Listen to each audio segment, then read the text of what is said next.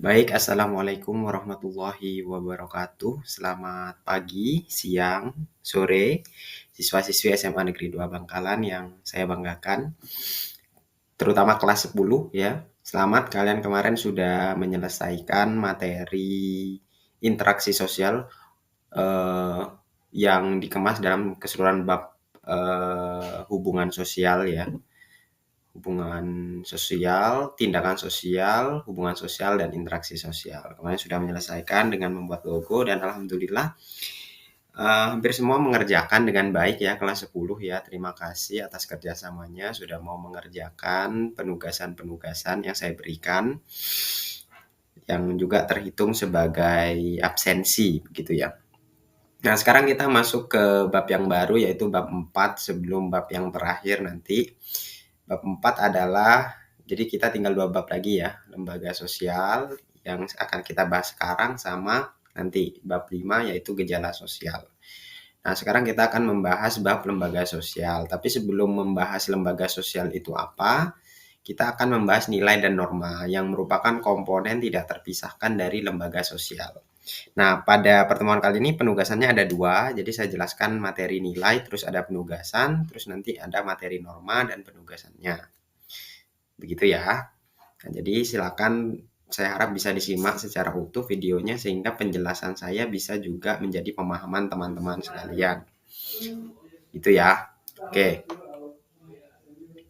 Pertama adalah nilai. Apa itu nilai? Nilai dalam sosiologi bukan seperti nilai rapot yang berbentuk angka ya.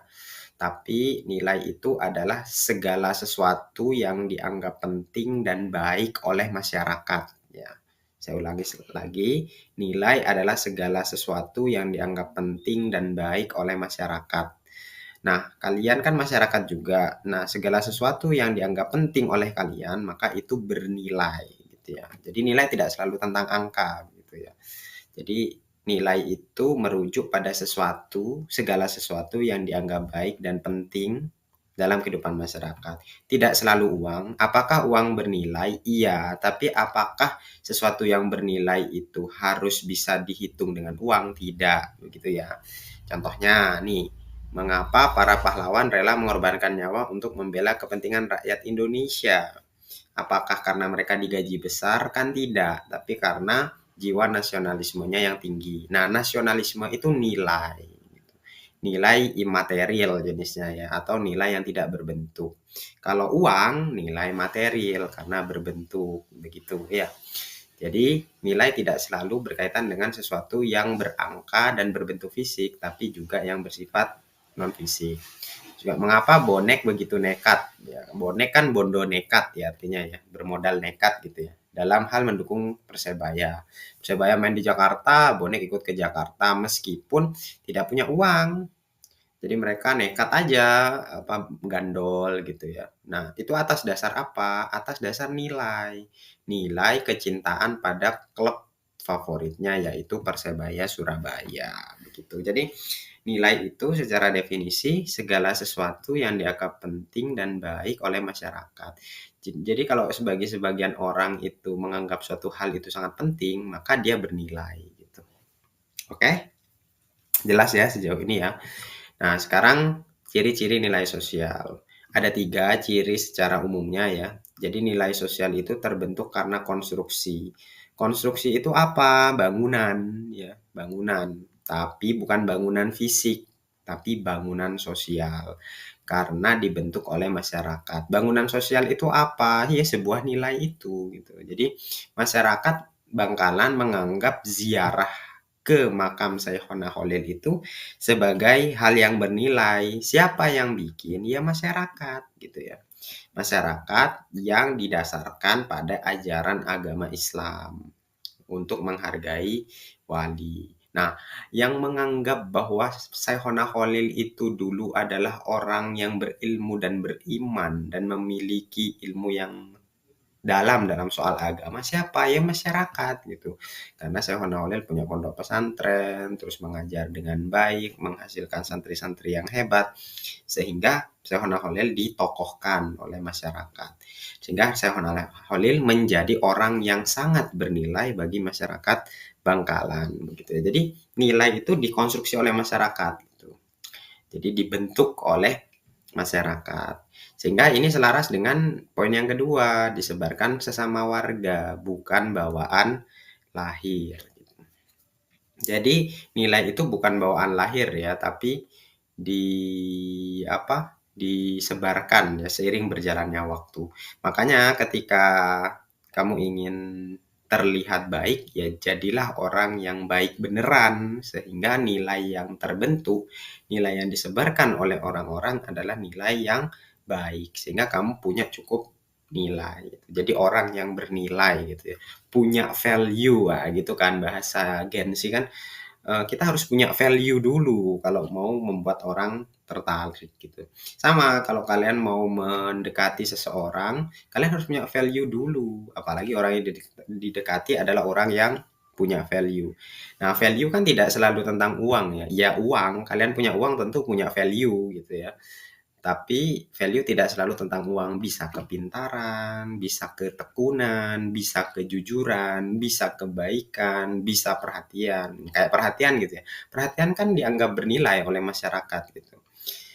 Karena di era sekarang udah sulit perhatian, tapi kamu perhatian sama orang yang kamu dekati, sehingga perhatian itu menjadi value-mu gitu. Nah, jadi kalau kita mau menarik perhatian orang atau mendapat simpati dari orang, kita harus punya value dulu yang ditunjukkan pada orang lain, begitu ya. Jadi itulah inti dari nilai yang tidak terbentuk melalui sosialisasi atau proses belajar. Nah, kayak sekarang nih, di sekolah kalian diajarkan tentang kejujuran, tidak boleh mencontek, tidak boleh membuli, tidak boleh apalagi ya, tidak boleh melanggar aturan, gitu, tidak boleh sembarangan, tidak boleh membuang sampah sembarangan. Nah, itu membentuk nilai yang kalian pegang sebagai sesuatu yang dianggap penting dan baik. Jadi diajarkan nilai itu. Tidak datang tiba-tiba tapi diajarkan. Kayak nilai-nilai Islam juga kan tidak kitab sucinya memang dari Allah Subhanahu wa taala, tapi untuk proses penanaman kitab suci yang baik dan luar biasa itu pada masyarakat melalui proses belajar sehingga menjadi rujukan nilai keislaman. Gitu ya. Jelas ya. Jadi poin dari penjelasan ini jadilah orang yang bernilai gitu, orang yang punya value, orang yang punya sesuatu yang dianggap penting oleh masyarakat di dalam diri kita. Baik kebermanfaatan, baik dari skill, baik dari kemampuan, baik dari keuangan juga bisa. Jadi itulah nilai sosial. Sekarang kita masuk ke jenis-jenis nilai.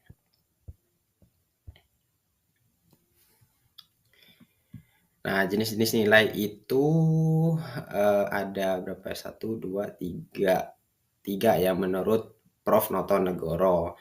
Jadi ada nilai material, sudah saya singgung tadi, terus ada nilai vital, sama ada nilai kerohanian. Ini menurut Profesor Notonegoro. Nah, nilai material itu adalah nilai yang memiliki bentuk fisik, kayak uang, barang gitu ya. Terus apalagi? Apalagi ya? Bangunan, terus alat-alat gitu ya, yang material ya, yang berbentuk gitu ya, bermaterial, ada bahan dasarnya gitu ya. Nah, terus nilai vital ini bisa material, bisa non material gitu ya. Nilai vital itu adalah nilai yang sangat penting gitu ya, kayak organ vital tubuh manusia. Jadi kalau nggak ada, dia tidak bisa menjalankan kehidupannya gitu ya. Kayak misalnya buku bagi siswa, bagi pelajar, terus motor bagi tukang ojek gitu kan, terus cangkul bagi petani. Nah, itu nilai vital namanya. Jadi harus berkaitan dengan mendukung kegiatan sehari-harinya, yang kalau tidak ada itu, kegiatan sehari-harinya akan bermasalah. Kayak siswa cangkul bukan kebutuhan vitalnya, karena bukan bukan apakah cangkul nilai material Punya, tapi apakah cangkul itu menjadi nilai vital bagi siswa? Tidak. Tapi cangkul itu nilai vitalnya untuk petani gitu. Terus motor. Motor bagi anak sekolah ya mungkin bisa jadi nilai vital ya, tapi yang rumahnya dekat tidak vital. Tapi bagi tukang ojek, motor sangat vital. Kalau motor nggak ada, dia nggak bisa kerja, begitu ya. Jadi nilai vital itu adalah sesuatu yang bernilai karena melekat pada aktivitas sehari seseorang. Dalam hal ini profesi, begitu ya salah satunya. Jelas ya? Terus yang ketiga nilai kerohanian. Kerohanian ini kebenaran secara rasio, masuk akal gitu ya. Keindahan, kebaikan dan religius gitu ya. Jadi kan kadang ada orang yang mertua ya misalnya, misal orang tua mencari menantu yang nggak harus kaya, nggak harus punya nilai material yang lebih gitu. Yang penting dia soleh. Nah, berarti dia merujuk pada nilai religius. Yang penting modis gitu ya misalnya ya. Terus yang penting baik ya berarti masuk merujuk pada nilai etis.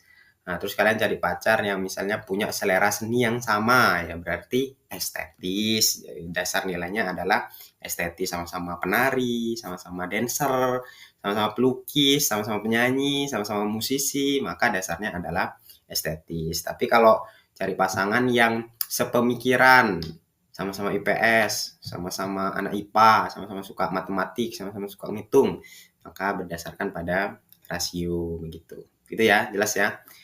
Jadi setiap orang punya nilai, kita, kalian semua punya nilai. Nah, tinggal nilai mana yang dominan begitu. Oke, selanjutnya adalah, nah ini masuk ke nilai dominan, pembagian jenis nilai secara umum. Nah, ada nilai dominan, ada nilai mendarah daging.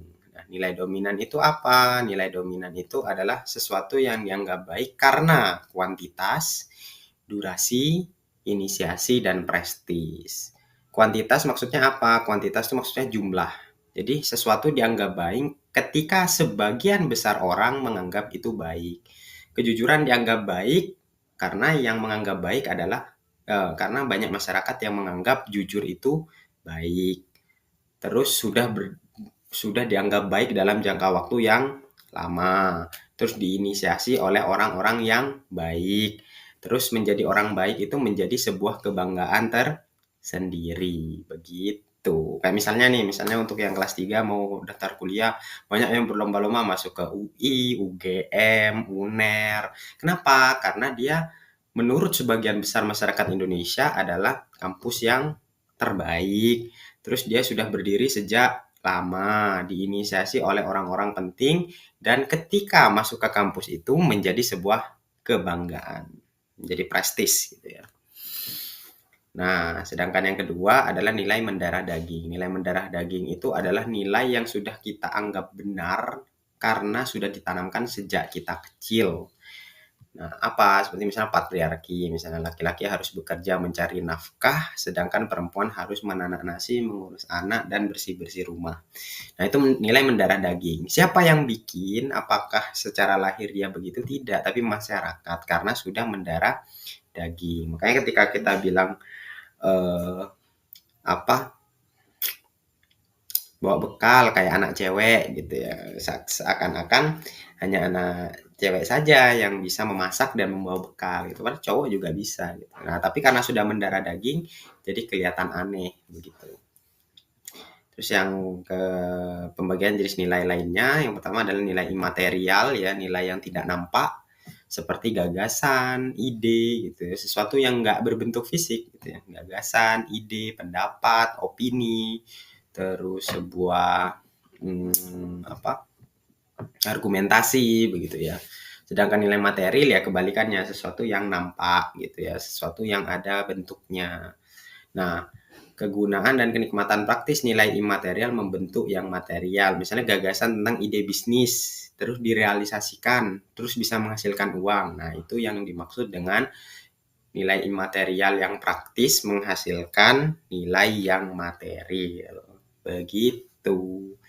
Oke, jelas ya, itu untuk nilai. Nah, tugasnya adalah untuk materi nilai, tugasnya itu adalah kalian mengidentifikasi diri kalian memiliki nilai apa saja dari jenis-jenis nilai ini, sehingga kalian bisa disebut sebagai orang yang memiliki value. Nah, value-nya itu apa kalian? Apakah material, punya banyak uang, apakah vital, apakah kerohanian, apakah kalian religius, apakah kalian baik, apakah kalian estetis, apakah kalian pintar, rasio gitu ya, atau dominan karena masuk semada dan seterusnya. Jadi silakan identifikasi diri kalian, 3 jenis nilai yang ada pada diri kalian. Jadi kita harus sadar bahwa kita bernilai, tapi kita punya nilai yang apa di dalam diri kita. Itu ya. Jelas? Nah, terus tugas yang kedua adalah silakan kalian memberikan 3 contoh, 3 barang yang menurut kalian bernilai, 3 barang pribadi kalian yang menurut kalian bernilai. Dan kenapa dia bernilai? Misalnya saya punya motor Supra, dia bernilai karena memiliki kenangan yang panjang. Berarti dia masuk jenis nilai apa? Jadi tolong dituliskan ya, barangnya apa, terus kenapa dia bernilai, dan terus berarti dia masuk jenis nilai apa? Imaterial, apa material, apa dominan, apa mendarah daging, apa vital, apa kerohanian, apa material. 3 saja. Jadi tugas untuk materi nilai ada 2, yaitu yang pertama adalah kalian mengidentifikasi 3 nilai yang ada di dalam diri kalian. Terus yang kedua adalah 3 barang yang menurut kalian bernilai dan kenapa dia bernilai dan masuk nilai apa. Material, vital, kerohanian, dominan, mendarah daging, imaterial atau material. Sepertinya itu saja ya untuk norma di minggu depan saja. Itu saja dari saya. Terima kasih, selamat mengerjakan. Kalau ada pertanyaan silakan di WA, di grup atau pribadi juga tidak masalah. Sekian dari saya. Wassalamualaikum warahmatullahi wabarakatuh.